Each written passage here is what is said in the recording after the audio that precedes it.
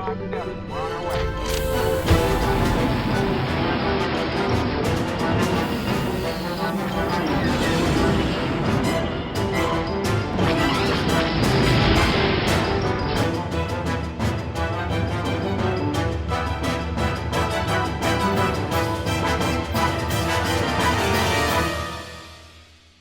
Hey everyone, welcome to BrickVault. Today we are taking a closer look at this custom Lego MOC. It is the Snowspeeder. Now, technically, it's called the T-47 Airspeeder, but everybody knows this ship from the Battle of Hoth scene where they go toe-to-toe against the giant AT-ATs, and with the Snowspeeders, the rebels managed to inflict some pretty high damages against the Empire despite their odds. This original design came from the builder Bernard, and you can find the instructions to build this in both gray and white at our Lego web store, www.brickvault.toys. Check out the link in the description below. Included with each purchase is a PDF step-by-step instructions to build the model, as well as an XML parts list, which makes it much quicker and easier to upload the pieces for fast ordering. Also included is a small stand. I didn't have time to build it for the video, sorry about that. Now jumping back into the model, some of the major features of the Snowspeeder have a couple of very heavy cannons that stick out towards the front. That's not a good way to describe it. They pretty much are as long as the speeder itself. The cockpit features two pilots, one in the back that operates a tow cable, and the back has this large grate-like shape, which are actually called heat dispersion fins. In terms of its scale, I would say it might be just a little bit larger than Minifig Exact, but when you look at all of the different custom designs and the different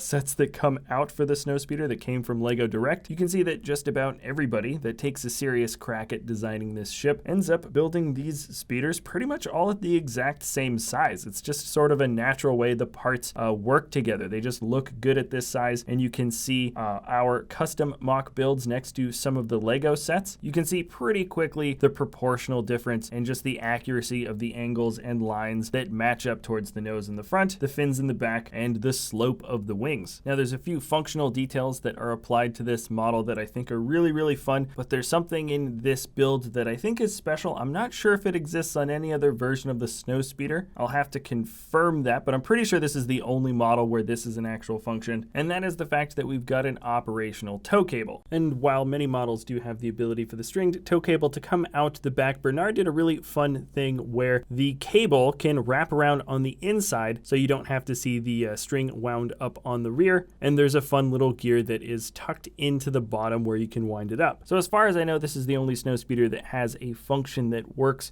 quite like this. I think it's really clean. The gear itself, I think, looks really good on the model. It doesn't stick out in any obtuse way. And while we're looking at the bottom of the speeder, this is what the bottom looks like. It's actually been colored out quite nicely. The thicker orange lines in the back and the one going up the center do match up with how the Snowspeeder should be colored on the bottom. And now we are in the handling demonstration. It's a pretty solid build. The only weak part is sometimes the flap can bend a little bit. I mean, that's just the way we got the wonderful wedge design to look so accurate. But at the end of the day, nothing is really popping off. The main thing that I like about custom builds is, you know, they're not going to be quite as strong as regular play scale MOCs, but as long as you can casually handle the model, that is what I would consider a successful build, as long as, of course, you're holding true to the wonderful details and accuracy that a model like this has. Now, moving on to the next main feature, the cockpit. Of course, we've got an interior that looks really nice. I really do like those hinge pieces that make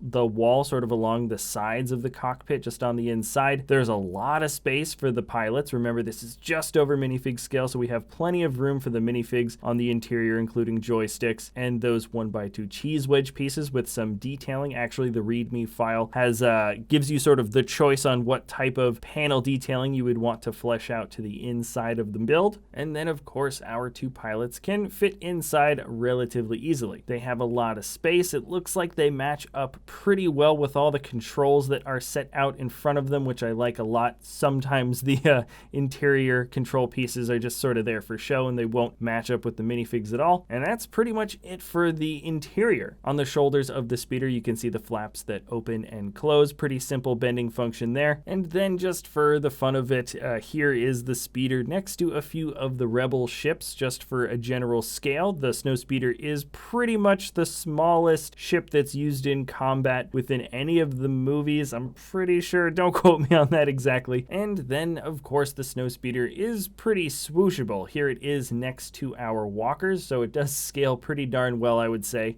And then this is the speeder next to the Ultimate Collector Series Falcon. Pretty good size. And of course, we move on over to the Ghost. Phantom 2 is on the way. Here's the Snowspeeder and the TIE Fighter. Interesting that the TIE Fighters never made an appearance in the Battle of Hoth. Maybe it was the ion cannon taking out the Star Destroyers. Not totally sure. And I guess while we're making the rounds, we might as well show it off next to our Sandcrawler.